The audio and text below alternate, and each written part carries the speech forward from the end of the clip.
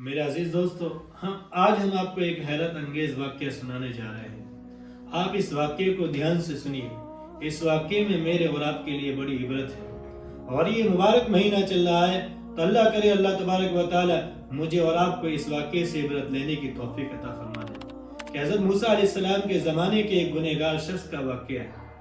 حضرت موسیٰ علیہ السلام کا زمانہ ہے۔ آپ علیہ السلام کے زمانے کے اندر، آپ کی ہی بستی کے اندر ایک گنہگار شخص تھا، ایک بدکار قسم کا شخص تھا۔ سارے لوگ اس سے حیران و پریشان تھے۔ سب لوگوں نے یہ کہا کہ کہیں ایسا نہ ہو کہ اسی دن اس کے گناہوں کی وجہ سے اللہ کا عذاب ہم سب کے اوپر آ جائے۔ اس لیے سب لوگوں نے مشورہ کر کے اس گنہگار شخص کو اپنی بستی سے نکال دیا، اور وہ شخص حیران و پریشان ہو کر دھکے کھاتے ہوئے جنگل کی طرف چلا گیا اور اپنا ٹھکانہ اسی جنگل کو بنا لیا۔ اور اللہ نے اجل سے فیصلہ لکھ دیا تھا کہ اس شخص کا اس جنگل میں ہی اس کو موت آنی تھی۔ تو حضرت موسیٰ علیہ السلام کو ادھر وحی آتی ہے کہ موسیٰ، میرا ایک ولی ہے، اس کا جنگل میں انتقال ہو گیا ہے، کہ جاؤ، تم جاؤ اور اس کو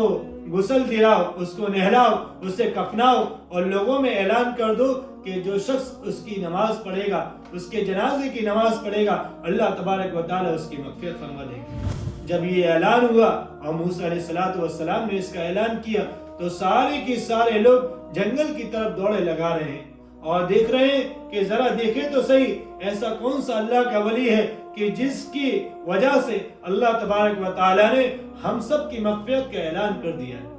تو جب پہنچتے ہیں جنگل کے اندر اور اس خوش نصیب شخص کو دیکھتے ہیں کہ ایسا کون سا خوش نصیب شخص ہے، تو جب اس کے چہروں کو دیکھا جاتا ہے تو کہتے ہیں کہ لوگوں کی حیرت کی انتہا نہ رہی۔ لوگوں نے کہا کہ یہ تو وہی شخص ہے کہ جس کے گناہوں کی وجہ سے ہم نے اسے اپنی بستی سے نکال دیا تھا، اور آج یہ شخص اللہ کا ولی کیسے بن گیا؟ حضرت موسیٰ علیہ السلام پر وحی آتی ہے، اللہ تبارک و تعالیٰ ان کو اطلاع دیتے ہیں کہ موسیٰ، یہ وہ شخص تھا کہ جب اسے لوگوں نے نکال دیا، اسے دھکے دے کر اپنی بستی سے نکال دیا، تو یہ جنگل میں آ کر پڑ گیا، اور اس نے کہا کہ لا العالمین، اس نے اپنی زبان سے کہا کہ اللہ، میرا تیرے سوا کوئی نہیں ہے، میں اس علاقے کے اندر اجنبی شخص ہوں، یا اللہ اگر مجھے پتہ چل جاتا کہ میری توبہ تیری مغفرت کو گھٹانے والی ہے تو میں اللہ تجھ سے کبھی توبہ نہیں کرتا،